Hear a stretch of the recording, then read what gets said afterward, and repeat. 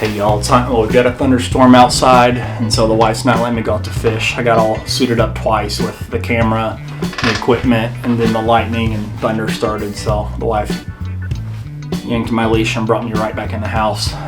So filming a few videos inside, just wanted to share some stuff and still get some content out. So one of the things I wanted to chat about was just some of the easiest lures for getting started in bass fishing, where you don't have to be a great angler to just go out and catch fish. In no particular order, I'm going to show you what those things are. Sorry if you hear the baby in the background. We're doing this in one take. But the first thing, and you're going to notice a theme on a couple of these, is a 5-inch Senko. Now I grabbed a pack of orange ones. I typically throw something like a green pumpkin, or something that would be very similar to like a green pumpkin or watermelon gold flake. Those colors tend to do pretty well for me. But super easy to rig.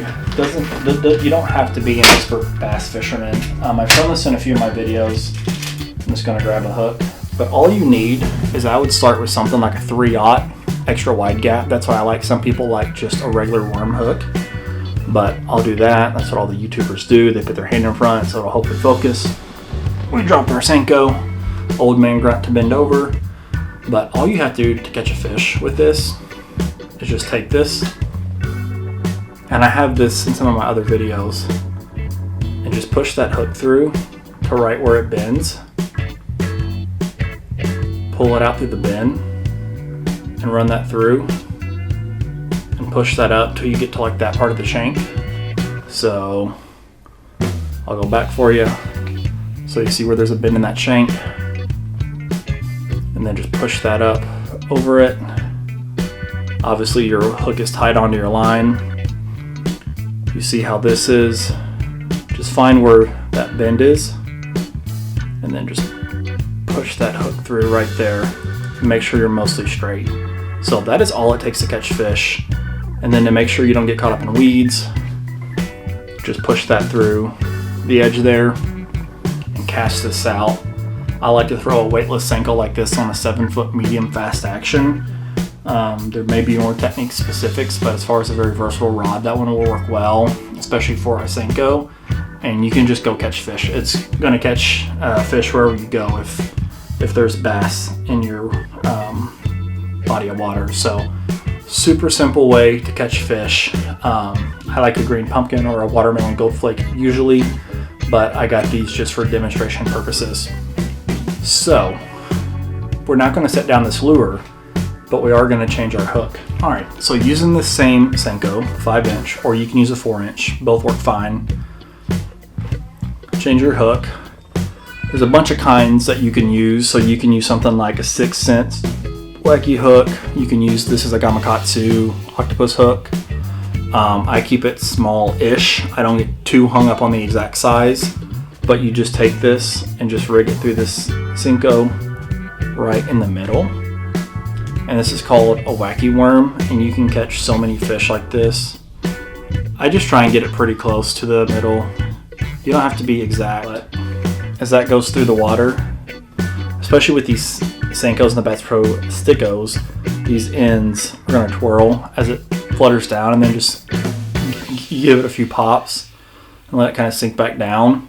You will catch fish on this, where a lot of other lures want, and it does not take rocket science to rig or to fish. I mean, you could honestly probably just pull it back till you drag it and you would catch fish.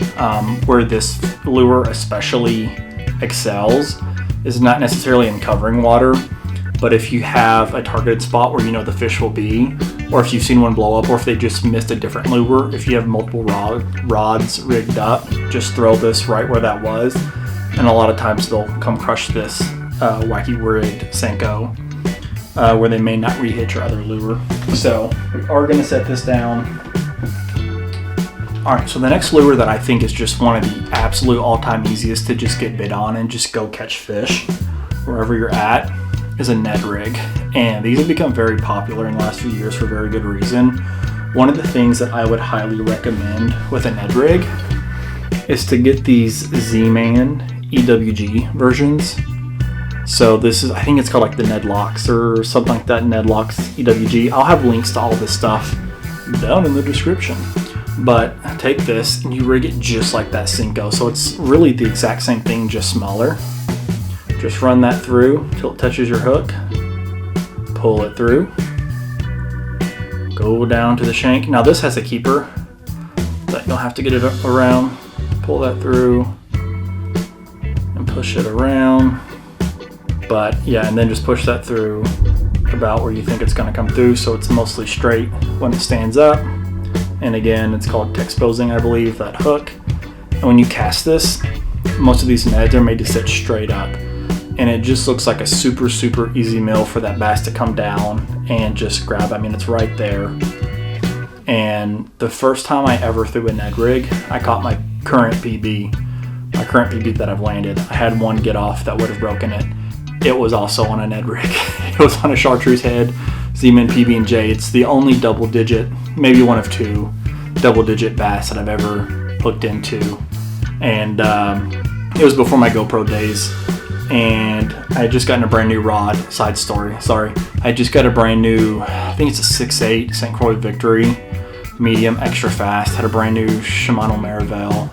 And I had my drag as tight as I thought I could get it without my leader snapping. I was running like an 8 or a 10 pound leader, and anytime the bass would get close to the shore, he would just turn around and had his weight and just ripped out the drag. And I had it cranked down pretty tight, as tight as I thought I could get it without that leader snapping. And he came up like 2 or 3 times, and anytime he got close to the shore, he would just turn around and just rip that drag out, and eventually he threw it. But anyway, so I am sold on the Ned rig.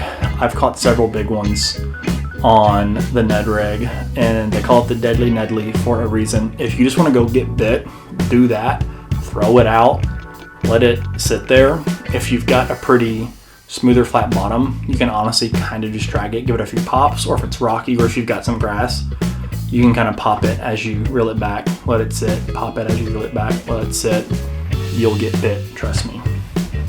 Alright, so probably what I feel like is one of YouTube's favorite lures, not necessarily mine, but when it comes to just being easy to use and catching fish, is the Whopper Plopper. This is the Whopper Plopper 75. And so I like this. I've tried a bunch of the sizes, I think like the 90, the 110, the smaller ones.